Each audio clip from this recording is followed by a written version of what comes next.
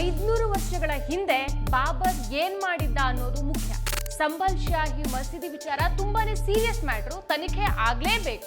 ಅಯೋಧ್ಯೆ ಅಥವಾ ವಾರಣಾಸಿಗಿಂತ ಈ ಸಂಭಲ್ ವಿಚಾರ ಸ್ವಲ್ಪ ಭಿನ್ನವಾಗಿದೆ. ಮಸೀದಿ ಬಳಿ ಹೆಚ್ಚಿನ ಸಂಖ್ಯೆಯಲ್ಲಿ ಪ್ರತಿಭಟನಾಕಾರರು ಜಮಾಯಿಸಿದ್ರು. ಹಿಂದೂ ಆಗಿ ಹಿಂದೂ ದೇವಾಲಯದ ಬಗ್ಗೆ ಹೀಗೆ ಹೇಳೋಕೆ ತಪ್ಪಲ್ವಾ?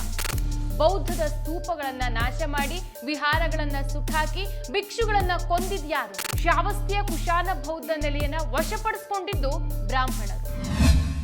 ನಮಸ್ಕಾರ, ಈ ದಿನ .comಗೆ ಸ್ವಾಗತ. ನಾನು GM ಪವಿತ್ರ. ನಿಮ್ಮೆಲ್ಲರ ಈ ದಿನ .com ಇನ್ನೇನು ಕೆಲವು ದಿನಗಳಲ್ಲಿ 3 ಲಕ್ಷ ಚಂದಾದಾರರನ್ನ ಪಡೆದುಕೊಳ್ಳುತ್ತೆ. ಈ ದಿನ .com ಬಗ್ಗೆ ನಮ್ಮ ಪ್ರೀತಿಯ ವೀಕ್ಷಕರಲ್ಲಿ ಕೇಳೋಕೆ ನೂರಾರು ಪ್ರಶ್ನೆಗಳಿರಬಹುದು, ಒಂದಿಷ್ಟು ಅನುಮಾನಗಳಿರಬಹುದು. ನಿಮ್ಮೆಲ್ಲ ಪ್ರಶ್ನೆಗಳನ್ನ ಈಗ ನೀವು ಕೇಳೋ ಸಮಯ. ನಿಮ್ಮ ಪ್ರಶ್ನೆ ಮತ್ತು ಅನುಮಾನಗಳನ್ನ ಕಮೆಂಟ್ ಮೂಲಕ ತಿಳಿಸಿ. ನಿಮ್ಮ ಪ್ರಶ್ನೆಗಳಿಗೆ ನಾವು ಉತ್ತರವನ್ನ ಕೊಡ್ತೇವೆ ಒಂದು ವಿಡಿಯೋ ಮೂಲಕ. ತಡ ಯಾಕೆ, ನಿಮ್ಮ ಪ್ರಶ್ನೆಗಳನ್ನ ಕಮೆಂಟ್ ಮೂಲಕ ತಿಳಿಸಿ.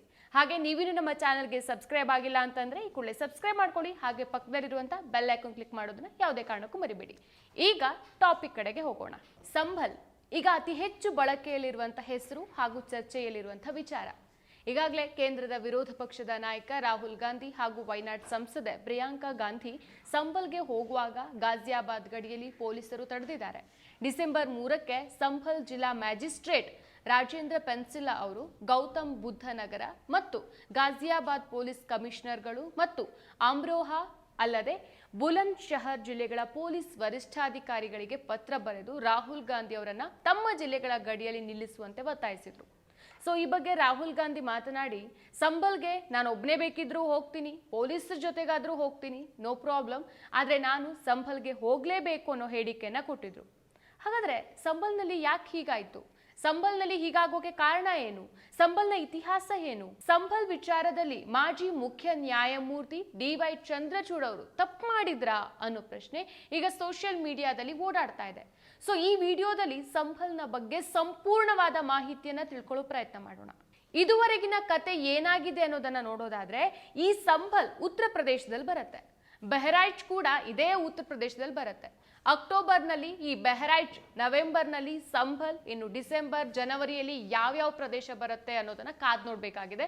ಯಾಕಂದ್ರೆ ಪ್ರತಿ ಸಲ ಏನಾದ್ರೂ ಒಂದು ಇಶ್ಯೂಸ್ಗಳು ನಡೀತಾನೆ ಇರುತ್ತೆ, ಅದು ಕೋಮು ದ್ವೇಷನೇ ಆಗಿರುತ್ತೆ. ದೀರ್ಘಕಾಲದವರೆಗೆ ಉತ್ತರ ಪ್ರದೇಶದಲ್ಲಿ ಕೋಮು ದ್ವೇಷದ ವಾತಾವರಣವನ್ನ ಸೃಷ್ಟಿಸಿಡೋಕೆ ಬಿಜೆಪಿ ಸರ್ಕಾರ ಸಿದ್ಧತೆ ನಡೆಸಿದಂತೆ ಕಾಣಿಸ್ತಾ ಇದೆ. ಈಗಾಗಲೇ ಸಂಭಲ್ ವಿಚಾರಕ್ಕೆ ಸಂಬಂಧಿಸಿದಂತೆ ಇಂಟರ್ನೆಟ್ ಬಂದ್ ಮಾಡಿದ್ದಾರೆ, ಸ್ಕೂಲ್ ಕಾಲೇಜ್ಗಳನ್ನ ಬಂದ್ ಮಾಡಿದ್ರು, ಕೆಲ್ಸಕ್ಕೆ ಹೋಗೋ ಹಾಗೆ ಇರಲಿಲ್ಲ, ಟೋಟಲ್ ಆಗಿ ಸಂಭಲ್ಲೇ ಬಂದಾಗೋಗಿತ್ತು. ಯಾಕಂದ್ರೆ 500 ವರ್ಷದ ಹಿಂದೆ ಬಾಬರ್ ಏನ್ ಮಾಡಿದ್ದ ಅನ್ನೋದನ್ನ ತಿಳ್ಕೊಳ್ಳೋದಕ್ಕೆ. ಎಲ್ಲಾನು ಸರಿಯಾಗಿ ನಡೀತಾ ಇದೆ ಅನ್ನುವಾಗ ಈ ಸರ್ಕಾರಗಳಿಗೆ ಏನಾದ್ರೂ ಒಂದು ವಿಚಾರ ಬೇಕು ಮಾತಾಡೋಕೆ. ಅದಕ್ಕೆ ಈಗ ಬಾಬರ್ ಏನ್ ಮಾಡಿದ್ದ ಅನ್ನೋದನ್ನ ಹುಡುಕೋಕ್ ಹೊರಟಿದ್ದಾರೆ. ಬಹುಶಃ ಪೆಟ್ರೋಲ್ ಡೀಸೆಲ್ ರೇಟ್ ಎಲ್ಲ ನೀರ್ ಸಿಕ್ಕದಷ್ಟೇ ಈಸಿಯಾಗಿ ಸಿಗ್ತಾ ಇರಬಹುದು ನಮ್ ಜನರಿಗೆ. ಡಾಲರ್ ಮುಂದೆ ರೂಪಾಯಿ ಮೌಲ್ಯ ಸಿಕ್ಕಾಪಟ್ಟೆ ಜಾಸ್ತಿ ಆಗಿರಬಹುದು. ನಿರುದ್ಯೋಗ ಸಮಸ್ಯೆ ಆ ಹೆಸರೇ ನಮ್ಮ ಭಾರತದಲ್ಲಿ ಇಲ್ಲದೆ ಇರಬಹುದು. ನಾವು ಚೀನಾಗೆ ಎಕ್ಸ್ಪೋರ್ಟ್ ಮಾಡದೇ ಇದ್ರೆ ಚೀನಾ ನಾಶನೇ ಆಗ್ಬಿಡ್ಬಹುದು ಅನ್ನೋ ಸಿಚುವೇಶನ್ ಬಂದಿರಬಹುದು. ಬೆಲೆ ಏರಿಕೆ ಎಲ್ಲ ನಮ್ಮಲ್ಲಿ ಇಲ್ವೇ ಇಲ್ಲ ಅಂತ ಹೇಳುವಾಗ ಸರ್ಕಾರಕ್ಕೆ ಬೇರೆ ಕೆಲಸ ಆದ್ರೂ ಏನಿರುತ್ತೆ? ಬಯಾಲಜಿಕಲ್ ಲೀಡರ್ ಈಗ ಬಾಬರ್ ವಿರುದ್ಧ ಹೋರಾಟಕ್ಕೆ ಮುಂದಾಗಿದ್ದಾರೆ. ಇದೊಂದಾಗ್ಬಿಟ್ರೆ ಇಡೀ ದೇಶವನ್ನೇ ನೆಮ್ಮದಿಯಿಂದ ಮಲಗಿಸ್ಬಿಡ್ಬಹುದು ಅಂತ ಅನ್ಸುತ್ತೆ. ಈಗ ಸಂಭಲ್ ಕೇಸ್ ನೋಡಿದ್ರೆ ನಮ್ಮ ದೇಶದಲ್ಲಿ ಕಾನೂನು ಮಲಗಿದ್ಯಾ ಅನ್ನೋ ಅನುಮಾನ ಬರುತ್ತೆ. ಈ ಮಾತು ನಾನು ಯಾಕೆ ಹೇಳ್ತಾ ಇದ್ದೀನಿ ಅಂತ ಈ ವಿಡಿಯೋವನ್ನ ನೀವು ಪೂರ್ತಿ ನೋಡಿದ್ಮೇಲೆ ನಿಮ್ಗೂ ಹಾಗೆ ಅನ್ಸುತ್ತೆ. ಈವನ್ ಕೋರ್ಟ್ಗಳು ಮಾಡೋದು ನೋಡಿದ್ರೆ ಶಾಕ್ ಆಗತ್ತೆ. ಸುಪ್ರೀಂ ಕೋರ್ಟ್ ನಲ್ಲಿ ಸುಮಾರು 80,000 ಕೇಸ್ಗಳು ಪೆಂಡಿಂಗ್ ಇದೆ. ಹೈಕೋರ್ಟ್ ನಲ್ಲಿ 6 ಮಿಲಿಯನ್ ಕೇಸ್ಗಳು ಪೆಂಡಿಂಗ್ ಇದೆ. ಲೋವರ್ ಕೋರ್ಟ್ ನಲ್ಲಿ 40 ಮಿಲಿಯನ್ ಕೇಸ್ಗಳು ಬಾಕಿ ಇದೆ. ಒಂದೊಂದು ಕೇಸ್ ಫೈನಲ್ ಆಗೋಕೆ 20 ರಿಂದ 30 ವರ್ಷ ಬೇಕು. ಇಂಥ ಟೈಮ್ ನಲ್ಲಿ ನಮ್ಗೆ ಬಾಬರ್ ಏನ್ ಮಾಡಿದ್ದ ಅನ್ನೋದು ಮುಖ್ಯ ಆಗತ್ತೆ. 500 ವರ್ಷದ ಹಿಂದೆ ಬಾಬರ್ ಏನ್ ಮಾಡಿದ್ದ ಅನ್ನೋದು ಮುಖ್ಯ ಆಗತ್ತೆ. ಈ ಬಗ್ಗೆ ಸರ್ವೆ ಆಗ್ಬೇಕು ಅನ್ನೋ ತೀರ್ಪು ಬರುತ್ತೆ, ಅದು ಕೂಡ ಕಾನೂನು ವಿರುದ್ಧವಾಗೇ ತೀರ್ಪು ಬರುತ್ತೆ. ಉತ್ತರ ಪ್ರದೇಶದ ಸಂಭಲ್ನಲ್ಲಿ ಪುರಾತನ ಮಸೀದಿಯೊಂದಕ್ಕೆ ಸಂಬಂಧಿಸಿ ದುರುದ್ದೇಶದಿಂದ ಹಾಕಿದ ಅರ್ಜಿಗೆ ಸ್ಪಂದಿಸಿ ತರಾತುರಿಯಿಂದ ಸರ್ವೆ ನಡೆಸೋಕೆ ಆದೇಶ ನೀಡಿ ಇಡೀ ಪ್ರದೇಶವನ್ನ ಹಿಂಸೆಗೆ ತಳ್ಳಿದ ಹೆಗ್ಗಳಿಕೆ ಅಲ್ಲಿನ ಸ್ಥಳೀಯ ನ್ಯಾಯಾಲಯಕ್ಕೆ ಸಲ್ಲಬೇಕಾಗತ್ತೆ. ಸಂಭಲ್ನ ಜಿಲ್ಲಾ ಮತ್ತು ಸೆಷನ್ಸ್ ನ್ಯಾಯಾಲಯದ ಸಿವಿಲ್ ನ್ಯಾಯಾಧೀಶ ಆದಿತ್ಯ ಸಿಂಗ್ ಇವರು ಸೀನಿಯರ್ ಜಡ್ಜ್ ಕೂಡ ಹೌದು. ಇವರಿಗೆ ವಕೀಲ ಹರಿಶಂಕರ್ ಜೈನ್ ಮತ್ತು ಇತರ 7 ಮಂದಿ ನವೆಂಬರ್ 19ಕ್ಕೆ ಒಂದು ಅರ್ಜಿಯನ್ನ ಸಲ್ಲಿಸ್ತಾರೆ. ಅರ್ಜಿದಾರರು ಸಂಭಲ್ನಲ್ಲಿರುವ 16ನೇ ಶತಮಾನದ ಅಂದ್ರೆ ಸುಮಾರು 500 ವರ್ಷ ಹಳೆಯ ಜಾಮಾ ಮಸೀದಿಯನ್ನ ಪ್ರಾಚೀನ ಹರಿಹರ ಸ್ಥಳದಲ್ಲಿ ನಿರ್ಮಿಸಲಾಗಿದೆ ಅಂತ ಆರೋಪಿಸಿದ್ರು. ಸಂಭಲ್ನಲ್ಲಿ ಮೊಘಲ್ ಸಾಮ್ರಾಟ ಬಾಬರ್ 1526ರಲ್ಲಿ ಮಸೀದಿಯನ್ನ ಕಟ್ಟಿಸಿದ್ದ ಅಂತ ಹಿಂದೂ ಪರ ವಕೀಲರು ವಾದಿಸಿದ್ರು. ಈ ಹರಿಹರ ದೇವಾಲಯವನ್ನ ಕೆಡವಿ ಅದೇ ಜಾಗದಲ್ಲಿ ಮಸೀದಿ ನಿರ್ಮಿಸಿರೋದಾಗಿ ಆರೋಪಿಸಿದ್ರು. ವಾರಣಾಸಿಯ ಜ್ಞಾನವ್ಯಾಪಿ ಮಸೀದಿ ಮತ್ತು ಉತ್ತರ ಪ್ರದೇಶದ ಈದ್ಗಾ ಮಸೀದಿ, ಮಥುರಾ ಮತ್ತು ಮಧ್ಯಪ್ರದೇಶದ ಧಾರ್ನಲ್ಲಿರುವಂತಹ ಕಮಲ್ ಮೌಲಾ ಮಸೀದಿಯ ಪ್ರಕರಣದಲ್ಲಿ ಮಾಡಿದ ರೀತಿಯಲ್ಲೇ ಇದಕ್ಕೂ ಕೂಡ ಆರೋಪ ಮಾಡಲಾಯಿತು. ಇದು ತುಂಬಾನೇ ಸೀರಿಯಸ್ ಮ್ಯಾಟರ್. ಯಾಕೆ ಗೊತ್ತಾ? 1586ರಲ್ಲಿ ಏನಾಗಿತ್ತು ಅಂತ ತಿಳಿಯೋದು 2024ರಲ್ಲಿ ನಮ್ಗೆ ಅತಿ ಮುಖ್ಯ ಅಂತ ಅರ್ಥಂತ ನ್ಯಾಯಾಧೀಶರು ವಿಚಾರಣೆ ನಡೆದ ದಿನನೇ ಸರ್ವೆ ಮಾಡೋಕೆ ಆದೇಶ ಕೊಡ್ತಾರೆ. ನ್ಯಾಯಾಧೀಶರು ಮಸೀದಿಯ ಫೋಟೋ ಮತ್ತು ವಿಡಿಯೋಗ್ರಾಫಿಕ್ ಸಮೀಕ್ಷೆಗೆ ಆದೇಶಿಸ್ತಾರೆ ಮತ್ತು ಅದರ ವರದಿಯನ್ನ ನವೆಂಬರ್ 29ಕ್ಕೆ ಕೋರ್ಟ್ ಮುಂದೆ ಸಲ್ಲಿಸಬೇಕು ಅಂತ ಹೇಳ್ತಾರೆ. ಈ ಆದೇಶದ ನಂತರ ನ್ಯಾಯಾಲಯದಿಂದ ನೇಮಿಸಲ್ಪಟ್ಟ ವಕೀಲರು, ಕಮಿಷನರ್ ರಮೇಶ್ ರಾಘವ್ ಸೇರಿದಂತೆ ಸಮೀಕ್ಷೆಯ ತಂಡ ಮಸೀದಿಗೆ ಆಗಮಿಸುತ್ತೆ. ಪೊಲೀಸ್ ವರಿಷ್ಠಾಧಿಕಾರಿ, ಮಸೀದಿ ಸಮಿತಿ ಸದಸ್ಯರು ಮತ್ತು ಸಂಭಲ್ನ ಜಿಲ್ಲಾಧಿಕಾರಿಗಳ ಸಮ್ಮುಖದಲ್ಲೇ ನವೆಂಬರ್ 19ಕ್ಕೆ ಮೊದಲ ಸರ್ವೆ ಶಾಂತಿಯುತವಾಗಿ ನಡೆದಿರುತ್ತೆ. ಇದಾದ ನಂತರ ನವೆಂಬರ್ 24ಕ್ಕೆ ಮತ್ತೆ ಸರ್ವೇಯರ್ಗಳು ಸರ್ವೆ ಮಾಡೋಕೆ 2ನೇ ಸಲ ಬಂದಾಗ ದೊಡ್ಡ ಪ್ರಮಾಣದ ಹಿಂಸಾಚಾರಕ್ಕೆ ಇದು ಕಾರಣ ಆಗಿರೋದು. ಸಮೀಕ್ಷಾ ತಂಡದ ಅರ್ಜಿದಾರರಲ್ಲಿ ಒಬ್ಬರಾದ ಸ್ಥಳೀಯ ಪೂಜಾರಿ ಮತ್ತು ಅದರ ಕೆಲವು ಸದಸ್ಯರು ಜೈ ಶ್ರೀರಾಮ್ ಅನ್ನೋ ಘೋಷಣೆಗಳನ್ನ ಕೂಗಿದ್ದಾರೆ ಅನ್ನೋ ಮಾಹಿತಿ ಕೂಡ ಲಭ್ಯ ಆಗಿದೆ. ಸರ್ವೇಯರ್ಗಳ ಜೊತೆಗೆ ಪೊಲೀಸ್ ತಂಡ ಕೂಡ ಇತ್ತು. ಮಸೀದಿ ಬಳಿ ಹೆಚ್ಚಿನ ಸಂಖ್ಯೆಯಲ್ಲಿ ಪ್ರತಿಭಟನಾಕಾರರು ಜಮಾಯಿಸಿದ್ರು. ಈ ವಿಚಾರ ಅಲ್ಲಿ ಕಲ್ಲು ತೂರಾಟಕ್ಕೆ ಕಾರಣ ಆಗುತ್ತೆ. ಪೊಲೀಸರು ಗುಂಡಿನ ದಾಳಿ ನಡೆಸಿದ್ದು, 2 ಹದಿಹರೆಯದವರು ಸೇರಿದಂತೆ 5 ಸಾವನ್ನಪ್ಪಿದ್ದಾರೆ. ಪೊಲೀಸರು ಈ ಆರೋಪವನ್ನು ನಿರಾಕರಿಸಿದ್ದಾರೆ. ಗುಂಪನ್ನ ನಿಯಂತ್ರಿಸೋಕೆ ಲಾಠಿ ಚಾರ್ಜ್ ಮತ್ತು ಅಶ್ರವಾಯುವನ್ನ ಪ್ರಯೋಗಿಸಿದ್ರು ಅಂತ ವಾದಿಸ್ತಾರೆ. ಸ್ಥಳೀಯ ಶಾಸಕ ಜಿಯಾವುರ್ ರೆಹಮಾನ್ ಬಾರ್ಕ್ ಅವರು ಪೊಲೀಸರ ಹೇಳಿಕೆಗಳನ್ನ ತಳ್ಳಹಾಕಿದ್ರು. ಸತ್ತವರಲ್ಲಿ ತಮ್ಮ ದೈನಂದಿನ ಕೆಲಸಗಳಿಗಾಗಿ ಹೊರಗೆ ಹೋಗಿದಂತ ಸಾಮಾನ್ಯ ಜನರು ಕೂಡ ಸೇರಿದ್ರು. ಪೊಲೀಸರು ತಮ್ಮ ಮನೆಗಳಿಗೆ ನುಗ್ಗಿದ್ದಾರೆ ಅಂತ ಅಲ್ಲಿನ ಸ್ಥಳೀಯ ನಿವಾಸಿಗಳು ಆರೋಪಿಸಿದ್ದಾರೆ. ಕೊನೆಗೆ ಇದೆಲ್ಲದಕ್ಕೂ ಮಧ್ಯ ಪ್ರವೇಶಿಸಿದಂತ ಸುಪ್ರೀಂ ಕೋರ್ಟ್ ಸಿವಿಲ್ ಕೋರ್ಟ್ ವಿಚಾರಣೆಯನ್ನ ಸ್ಥಗಿತಗೊಳಿಸುವಂತೆ ಆದೇಶ ನೀಡಿದೆ. ಶಾಹಿ ಜಾಮಾ ಮಸೀದಿಯ ಸಮಿತಿಯು ಸರ್ವೆ ಕಾರ್ಯವನ್ನು ವಿರೋಧಿಸಿ ಸುಪ್ರೀಂ ಕೋರ್ಟ್ಗೆ ಮನವಿಯನ್ನ ಸಲ್ಲಿಸಿತು. ಮುಖ್ಯ ನ್ಯಾಯಮೂರ್ತಿ ಸಂಜೀವ್ ಖನ್ನಾ ಮತ್ತು ನ್ಯಾಯಮೂರ್ತಿ ಸಂಜಯ್ ಕುಮಾರ್ ಅವರನ್ನ ಒಳಗೊಂಡ ಪೀಠ ಅರ್ಜಿಯ ವಿಚಾರಣೆಯನ್ನ ನಡೆಸಿತು. ಸಂಭಲ್ನಲ್ಲಿ ಶಾಂತಿ ಮತ್ತು ಸೌಹಾರ್ದತೆಯನ್ನ ಕಾಪಾಡೋಕೆ ಅಗತ್ಯ ಇರೋಕೆ ಎಲ್ಲಾ ಕ್ರಮಗಳನ್ನ ಕೈಗೊಳ್ಳುವಂತೆ ಜಿಲ್ಲಾಡಳಿತಕ್ಕೆ ಸುಪ್ರೀಂ ಕೋರ್ಟ್ ಸೂಚಿಸಿದೆ. ಹಾಗೆ ಮುಂದಿನ ವಿಚಾರಣೆಯನ್ನ ಜನವರಿ 6, 2025ಕ್ಕೆ ನಿಗದಿಪಡಿಸಿದೆ. ಈಗಾಗಲೇ ಆಗಿರುವಂತ ಸರ್ವೆ ವರದಿಯನ್ನ ಮುಚ್ಚಿದ ಲಕೋಟೆಯಲ್ಲಿ ಓಪನ್ ಮಾಡದೇನೆ ಸಲ್ಲಿಸುವಂತೆ ಸೂಚಿಸಲಾಗಿದೆ. ಸೊ ಇದಿಷ್ಟು ಇಲ್ಲಿ ತನಕ ಆಗಿರೋದು. ಹಾಗಾದ್ರೆ ಈ ಹಿಂದೆ ಅಂದ್ರೆ ಸಂಭಲ್ನ ಇತಿಹಾಸ ಏನ್ ಹೇಳತ್ತೆ? ಅಯೋಧ್ಯೆ ಅಥವಾ ವಾರಣಾಸಿಗೆ ಹೋಲಿಸಿದ್ರೆ ಈ ಸಂಭಲ್ ವಿಚಾರ ಸ್ವಲ್ಪ ಡಿಫ್ರೆಂಟ್ ಆಗಿದೆ. ಯಾಕಂದ್ರೆ ಅಯೋಧ್ಯೆ ಹಾಗೂ ವಾರಣಾಸಿ ಅನ್ನೋದು ಹಲವಾರು ವರ್ಷಗಳಿಂದ ನಡ್ಕೊಂಡು ಬಂದಂತಹ ಒಂದು ಕೇಸ್. ಆದ್ರೆ ಸಂಭಲ್ ವಿವಾದ ಈ ವರ್ಷನೇ ಶುರುವಾಗಿತ್ತು. ಶತಮಾನಗಳಿಂದ ವಿವಿಧ ಸಮುದಾಯಗಳ ಜನರು ಇಲ್ಲಿ ಶಾಂತಿಯುತವಾಗಿ ವಾಸಿಸ್ತಾ ಇದ್ದಾರೆ. ಆ ಶಾಂತಿಯುತವಾಗಿದ್ದಾರಲ್ವಾ, ಅದನ್ನ ನೋಡ್ಲಿಕ್ಕೆ ನಮ್ಮವ್ರಿಗೆ ಆಗೋದಿಲ್ಲ ಒಂದಿಷ್ಟು ಜನರಿಗೆ. 1526 ಮತ್ತು 1530ರ ನಡುವೆ ಮೊಘಲ್ ಚಕ್ರವರ್ತಿ ಬಾಬರ್ ನಿರ್ಮಿಸಿದ 3 ಮಸೀದಿಗಳಲ್ಲಿ ಸಂಭಲ್ನಲ್ಲಿರುವ ಜಾಮಾ ಮಸೀದಿಯು ಒಂದು. ಒಂದು ಪಾಣಿಪತ್ನಲ್ಲಿರುವಂತಹ ಮಸೀದಿ, ಮತ್ತೊಂದು 1992ರಲ್ಲಿ ಕೆಡವಲ್ಪಟ್ಟ ಅಯೋಧ್ಯೆಯ ಬಾಬ್ರಿ ಮಸೀದಿ. ಈ ಸಂಭಲ್ ಮಸೀದಿಯನ್ನ ಬಾಬರನ ಸೇನಾಪತಿ ಮೀರ್ ಹಿಂದ್ ಬೇಗ್ 1528ರ ಸುಮಾರಿಗೆ ನಿರ್ಮಿಸ್ತಾನೆ. ಸೊ ಈ ಮಸೀದಿಯು ಪ್ರಸಿದ್ಧ ಇತಿಹಾಸಕಾರ ಹೂವಾರ್ಡ್ ಕ್ರೇನ್ ಅನ್ನೋ ಶೀರ್ಷಿಕೆಯ ಪ್ರಬಂಧದಲ್ಲಿ ಬರೆದಿದ್ದಾರೆ.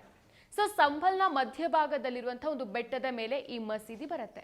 ಇದು ದೊಡ್ಡದಾದ ಅಭಯಾರಣ್ಯವನ್ನು ಸಹ ಒಳಗೊಂಡಿದೆ. ಜರ್ಜರಿತ ಗೋಡೆಗಳೊಂದಿಗೆ ಗುಮ್ಮಟದಿಂದ ಮುಚ್ಚಲ್ಪಟ್ಟಿದೆ ಮತ್ತು ಉತ್ತರ ಮತ್ತು ದಕ್ಷಿಣದಲ್ಲಿ ಕಮಾನುಗಳಿಂದ ಸುತ್ತುವರೆದಿದೆ. ಇದರ ಮುಂಭಾಗವು ಬುಡೌನ್ನಲ್ಲಿರುವಂತಹ ಮಸೀದಿಯನ್ನ ಹೋಲುತ್ತೆ. ಇವುಗಳನ್ನ ಹೆಚ್ಚಾಗಿ ಕೆಂಪು ಮರಳುಗಲ್ಲಿನಿಂದ ನಿರ್ಮಿಸಲಾಗಿದೆ. 17ನೇ ಶತಮಾನದಲ್ಲಿ ಜಹಾಂಗೀರ್ ಮತ್ತು ಶಹಜಾನ್ನ ಆಳ್ವಿಕೆಯಲ್ಲಿ ಮಸೀದಿಯನ್ನ 2 ಬಾರಿ ದುರಸ್ತಿ ಮಾಡಲಾಗಿತ್ತು. ಹೆಚ್ಚಿನ ಇತಿಹಾಸಕಾರರು ಈ ಮಸೀದಿ ಆಗೋಕೆ ಬಾಬರ್ನ ಹಿಂದೂ ಬೇಗ್ ಕಾರಣ ಅಂತ ಹೇಳಿದ್ರೆ, ಕೆಲವರು ಮಸೀದಿಯು ವಾಸ್ತವವಾಗಿ ತುಘಲಕ್ ಯುಗದ ಸ್ಮಾರಕ ಅಂತ ನಂಬ್ತಾರೆ. ಅಷ್ಟೇ ಅಲ್ಲ, ಮೊಘಲ್ ಸಂಸ್ಥಾಪಕರು ಇದರ ವಾಸ್ತುಶಿಲ್ಪಕ್ಕೆ ಕೆಲವು ವೈಶಿಷ್ಟ್ಯಗಳನ್ನು ಸಹ ಸೇರಿಸಿದ್ದಾರೆ. ಈ ಮಸೀದಿ ಹಿಂದೂ ಸಂಪ್ರದಾಯದ ಪ್ರಾಚೀನ ವಿಷ್ಣು ದೇವಾಲಯದ ಭಾಗಗಳನ್ನು ಒಳಗೊಂಡಿದೆ ಅಂತ ಇನ್ನು ಕೆಲವರು ಹೇಳ್ತಾರೆ. ಅಷ್ಟೇ ಅಲ್ಲ, ವಿಷ್ಣುವಿನ 10ನೇ ಅವತಾರವಾದ ಕಲ್ಕಿ ಇಲ್ಲಿ ಅಂದ್ರೆ ಸಂಭಲ್ನಲ್ಲಿ ಹುಟ್ಟುತ್ತಾರೆ ಅನ್ನೋದು ಹಿಂದೂಗಳ ನಂಬಿಕೆ ಕೂಡ ಹೌದು. ನಂಬಿಕೆ ಅಂತ ಎಲ್ಲ ಕಡೆ ಕೆಡುಕೊಂಡು ಹೋದ್ರೆ ಆಗತ್ತಾ? ಇದಕ್ಕೆ ನಮ್ಮ ಕಾನೂನು ಒಪ್ಪತ್ತಾ ಅಂತ ಕೇಳಿದ್ರೆ ಇಲ್ಲ, ನಮ್ಮ ಕಾನೂನು ಇದನ್ನ ಒಪ್ಪೋದಿಲ್ಲ. ಇದಕ್ಕೆ ಪೂಜಾ ಸ್ಥಳಗಳ ಕಾಯ್ದೆ ಕೂಡ ಒಪ್ಪೋದಿಲ್ಲ. ಹಾಗಾದ್ರೆ ಈ ಪೂಜಾ ಸ್ಥಳಗಳ ಕಾಯ್ದೆ ಅಂದ್ರೆ ಏನು? 1991ರ ಪೂಜಾ ಸ್ಥಳಗಳ ಕಾಯ್ದೆ ಪ್ರಕಾರ ದೇಶದ ಯಾವುದೇ ಧಾರ್ಮಿಕ ಸ್ಥಳದಲ್ಲಿ ಸದ್ಯ ಚಾಲ್ತಿ ಇರುವಂತಹ ಯಾವುದೇ ಧರ್ಮದ ಆಚರಣೆಯ ಧಾರ್ಮಿಕ ಸ್ವರೂಪವನ್ನ ಬದಲಿಸೋ ಹಾಗೇನೆ ಇರೋದಿಲ್ಲ. ದೇಶದ ಸ್ವಾತಂತ್ರ್ಯ ಬಂದ ದಿನ ಅಂದ್ರೆ 1947ರ ಆಗಸ್ಟ್ 15ರ ನಂತರ ಯಾವ ಧಾರ್ಮಿಕ ಸ್ಥಳದಲ್ಲಿ ಯಾವ ಧರ್ಮದ ಆಚರಣೆ ಇತ್ತೋ ಅದೇ ಆಚರಣೆ ಮುಂದೆ ನಿರಂತರವಾಗಿ ಮುಂದುವರಿಬೇಕು. ಈ ರೀತಿಯ ನಿಯಮವನ್ನು ರೂಪಿಸಿ ಕೇಂದ್ರ ಸರ್ಕಾರ ಜುಲೈ 11, 1991ಕ್ಕೆ ಕಾಯ್ದೆಯನ್ನು ರೂಪಿಸಿ ಜಾರಿಗೆ ತಂದಿತ್ತು. ಸೊ ಈ ಕಾಯ್ದೆಯ 4ನೇ ವಿಧಿಯ ಅನ್ವಯ ಆಗಸ್ಟ್ 15, 1947ಕ್ಕೂ ಮುನ್ನ ಯಾವುದೇ ಧಾರ್ಮಿಕ ಸ್ಥಳದ ಧಾರ್ಮಿಕ ಸ್ವರೂಪವನ್ನು ಬದಲಾಯಿಸಿ ಅಂತ ದೇಶದ ಯಾವುದೇ ನ್ಯಾಯಾಲಯದಲ್ಲಿ ಅರ್ಜಿ ಸಲ್ಲಿಸಿದ್ರೆ ಅದು ವಿಚಾರಣೆಯ ಯಾವುದೇ ಹಂತದಲ್ಲೇ ಇದ್ರೂ ಸಹ ಅದನ್ನು ರದ್ದುಪಡಿಸಬೇಕು. ಇನ್ನು ಹೊಸ ಅರ್ಜಿಗಳಂತೂ ಸ್ವೀಕರಿಸೋ ಹಾಗೇನೇ ಇಲ್ಲ.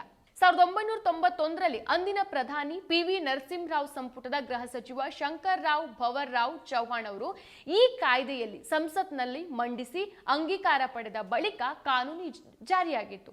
ಈ ಕಾನೂನಿನ ಪ್ರಕಾರ ಈಗ ನಡೀತಾ ಇರೋದು ಅನ್ಯಾಯ ಹಾಗೂ ಇದು ಕಾನೂನಿನ ಪ್ರಕಾರ ನಡೀತಾ ಇಲ್ಲ ಅನ್ನೋದಂತೂ ಗೊತ್ತಾಗತ್ತೆ.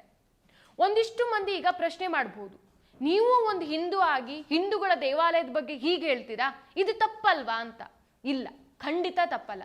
ನಾವು ಬದುಕಬೇಕು, ಜೀವನ ನಡೆಸಬೇಕು ಅಂತಾನೆ ಒಂದಿಷ್ಟು ಕಾನೂನುಗಳನ್ನ ಮಾಡ್ಕೊಂಡಿದ್ದೇವೆ. ನಾವೇ ಮಾಡ್ಕೊಂಡ ಕಾನೂನುಗಳನ್ನ ನಾವೇ ಮುರಿದ್ರೆ ಈ ದೇಶ ಮಾದರಿ ದೇಶ ಆಗೋದಿಲ್ಲ. ಬೆಂಕಿ ಹೊತ್ತಿ ಉರಿಯೋದ್ರಲ್ಲಿ ಯಾವುದೇ ಡೌಟ್ ಇಲ್ಲ. ಈ ಸಂಭಲ್ ವಿಚಾರದಲ್ಲಿ ಪೊಲಿಟಿಕಲ್ ಲೀಡರ್ಸ್ಗೆ ಲಾಭ ಬಿಟ್ರೆ ಬೇರೆ ಯಾರಿಗೂ ಸಹ ಲಾಭ ಇಲ್ಲ.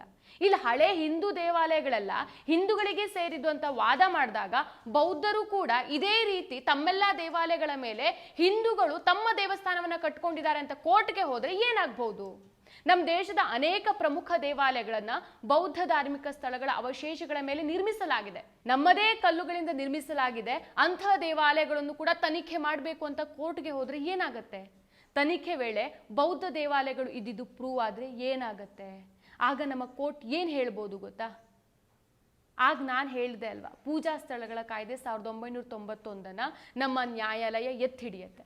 1997ರ ನಂತರ ನೀವು ನಮ್ಮ ದೇಶದ ಯಾವುದೇ ಧಾರ್ಮಿಕ ಸ್ಥಳದ ಸ್ವರೂಪವನ್ನು ಬದಲಾಯಿಸೋಕೆ ಸಾಧ್ಯ ಇಲ್ಲ ಅಂತ ಡ್ಯಾಮ್ ಶೋರ್ ನ್ಯಾಯಾಲಯ ಹೇಳುತ್ತೆ.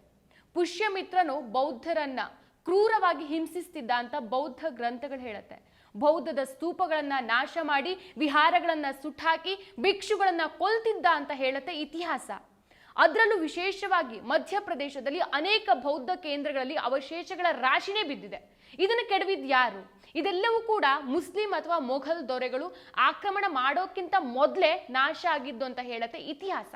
ಈ ಶೃಂಗನ ಕಾಲದ ನಂತರ ಕೂಡ ಮಧ್ಯಪ್ರದೇಶದ ಬೌದ್ಧ ವಿಹಾರಗಳು ಕೇಂದ್ರಗಳ ಮೇಲೆ ಅನೇಕ ದಾಳಿಗಳು ನಡೆದಿದೆ. ಅಹಮದ್ಪುರದಲ್ಲಿ 5ನೇ ಶತಮಾನದ ಒಂದು ಸ್ತೂಪ ಇದೆ. ಈ ಸ್ತೂಪವೊಂದರ ಮೇಲೆ ದೇವಸ್ಥಾನದ ರೀತಿ ಕಟ್ಟಿಸಿದ ಹಾಗೆ ಕಾಣಿಸುತ್ತೆ. ಇನ್ನು ವಿದಿಶಾದಲ್ಲಿ ಖಜುರಾಹೋ ತಲೆ ಎತ್ತಿತ್ತೋ ಅದರಲ್ಲೂ ಸಹ ಮೊದಲು ಇದ್ದಿದ್ದು ಬೌದ್ಧ ನೆಲೆ.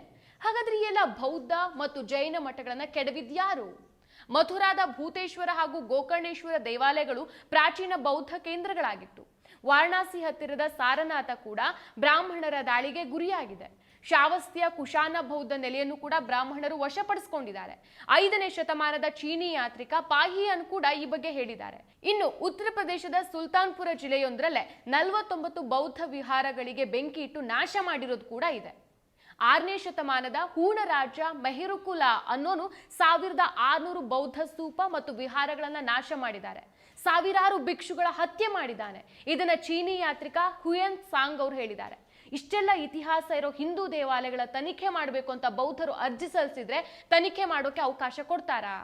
ಸಪೋಸ್ ಅಂತಹ ಅರ್ಜಿಗಳನ್ನ ಸ್ವೀಕರಿಸೋಕೆ ಹಿಂದೂ ದೇವಾಲಯಗಳನ್ನ ಸಮೀಕ್ಷೆ ಮಾಡೋಕೆ ನ್ಯಾಯಾಲಯ ಅನುಮತಿ ಕೊಟ್ರೆ ಏನಾಗಬಹುದು? ದೇಶದಲ್ಲಿ ಗದ್ದಲ ಉಂಟಾಗತ್ತೆ. ಯಾರಿಗೆ ಬೇಜಾರಾಗುತ್ತೋ ಇಲ್ವೋ ಗೊತ್ತಿಲ್ಲ, ನನಗಂತೂ ಬೇಜಾರಾಗೋದು ನಿಜ. ಇದ್ಯಾವುದೂ ಆಗಬಾರ್ದು ಅನ್ನೋ ಕಾರಣಕ್ಕೆ ಪೂಜಾ ಸ್ಥಳಗಳ ಕಾಯ್ದೆ 1991ನ ಜಾರಿ ಮಾಡಿರೋದು. ಆದ್ರೆ ಈಗ ಏನಾಗ್ತಾ ಇದೆ? ಆ ಪೂಜಾ ಸ್ಥಳಗಳ ಕಾಯ್ದೆಗೆ ಬೆಲೆನೇ ಇಲ್ಲದಂತಾಗೋಗ್ಬಿಟ್ಟಿದೆ. ಸೊ ಈಗ ಪ್ರಶ್ನೆ ಬರೋದು, 500 ವರ್ಷಗಳ ಹಿಂದಿನ ಕಥೆಯನ್ನ ಈಗ ಹೇಳಿದ್ರಿಂದ ಲಾಭ ಯಾರಿಗೆ? ಆ್ಯಕ್ಚುಲಿ ಹೇಳಬೇಕು ಅಂತಂದರೆ ಲಾಭ ಯಾರಿಗೂ ಇಲ್ಲ.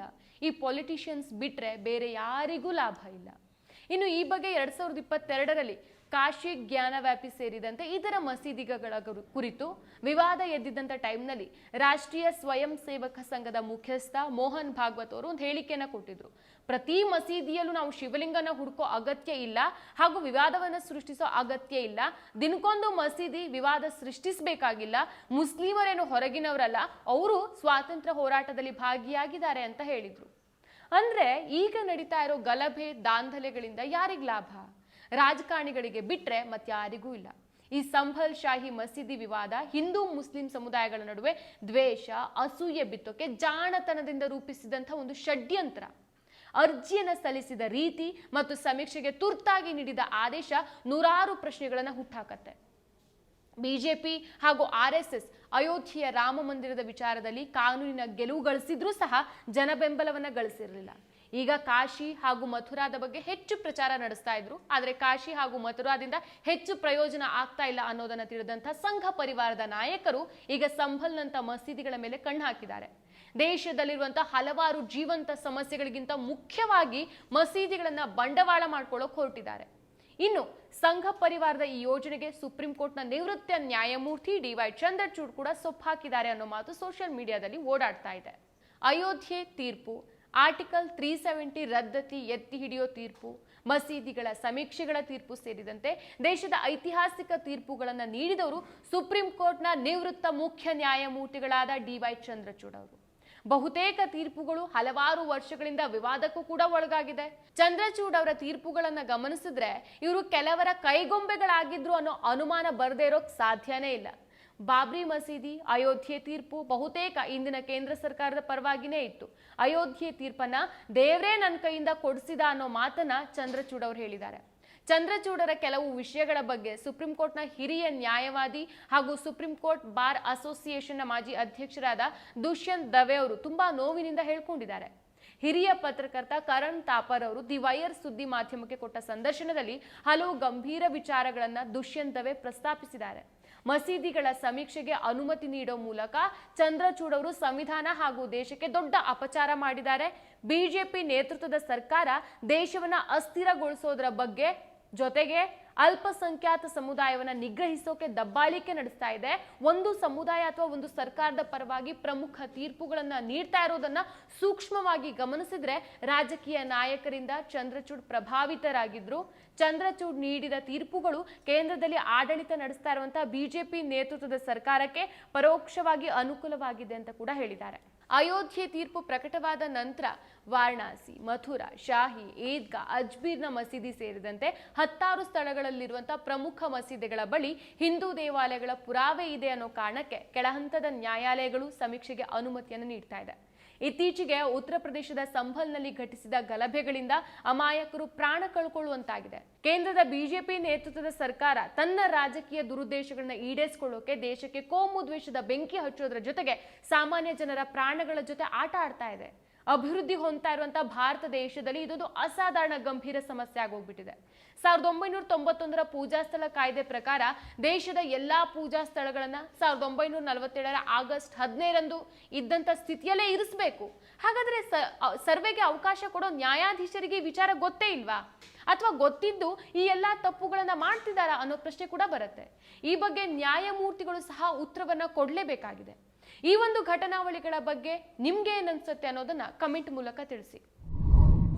ಮತ್ತಷ್ಟು ವಿಶೇಷ ವಿಡಿಯೋಗಳನ್ನು ನೋಡಲು ಮತ್ತು ಹೊಸ ವಿಡಿಯೋಗಳ ಬಗ್ಗೆ ತಿಳಿಯಲು ಈ ದಿನ .com ಯೂಟ್ಯೂಬ್ ಚಾನೆಲ್ ಸಬ್ಸ್ಕ್ರೈಬ್ ಮಾಡಿ ಮತ್ತು ಬೆಲ್ ಐಕಾನ್ ಕ್ಲಿಕ್ ಮಾಡಿ.